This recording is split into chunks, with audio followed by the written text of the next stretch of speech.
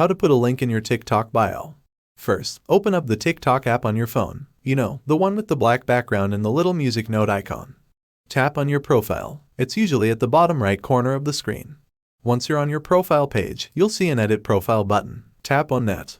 Scroll down a bit until you see a section that says Bio. It's where you can write a little about yourself. Give that section a tap. It'll let you edit the text.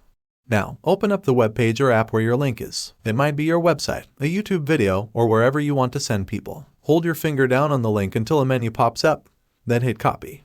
Head back to TikTok and tap and hold in the bio text box until you see the option to paste. Hit that, and your link should appear.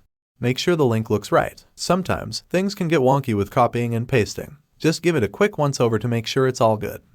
When you're happy with your bio and the link is in there, find the Save button. Tap that to lock in your changes. You're all set. Your link should now be in your TikTok bio. Go ahead and check your profile to make sure it's showing up correctly. Thanks for tuning into today's tutorial. If you found this video helpful, don't forget to give it a thumbs up and subscribe to our channel for more TikTok tips and tricks. Until next time.